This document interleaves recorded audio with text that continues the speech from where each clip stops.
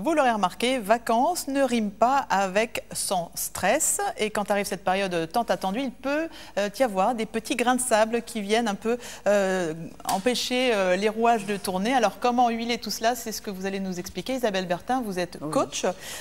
C'est vrai qu'on part en vacances, mais il faut préparer pour vraiment en profiter pleinement. Ah oui, les vacances, ça ne se prépare pas à la dernière minute. C'est vraiment, voilà, il faut prévoir ses vacances plusieurs mois à l'avance.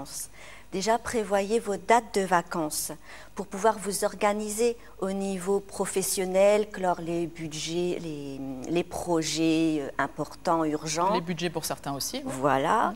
Et au niveau personnel, pour pouvoir aussi caler vos dates de vacances avec celles de vos conjoints, de votre conjoint, pardon, et celles de vos enfants. Donc voilà, ça se prépare. Ensuite, il faut préparer la destination. Et ça, ce choix, eh ben, cela dépend de quelles vacances vous souhaitez. Est-ce que vous souhaitez des vacances relaxation, des vacances aventure, des vacances stress? Non. Non, peut-être pas. À moins que l'adrénaline, voilà, des vacances d'adrénaline, pourquoi pas, ou des vacances culturelles. Et ça aussi, ça se réfléchit.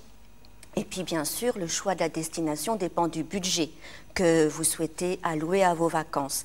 Et le budget correspond au transport, à l'hébergement, à la restauration et aux activités aussi. Ensuite, la location. Pareil, il faut la prévoir à l'avance pour pas que vous preniez une location comme ça à défaut. Ça se prépare. Et aussi, prévoyez les activités. Renseignez-vous sur les activités qui ont lieu sur la place de vos vacances, sur la place de vos vacances. Est-ce que les activités correspondent à vos attentes? Est-ce qu'il y a des activités pour vos enfants? Donc ça, c'est déjà une première partie. Mais quand même, ça enlève toute spontanéité. Je veux dire, les vacances, c'est aussi la surprise, la fantaisie, la découverte, non? Mais tout planifié comme ça, moi, ça me rappelle le boulot. Alors voilà, là c'est vraiment pour éviter le stress avant de partir.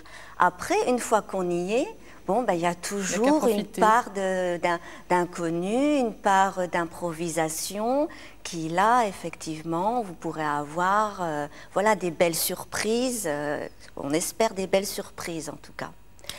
Vous vouliez dire, oui, allez-y. Ensuite, pour réduire le stress avant départ, donc là on est une semaine ou 2 semaines avant les vacances, avant de partir, il s'agit donc là de prévoir donc, ce que vous allez emporter.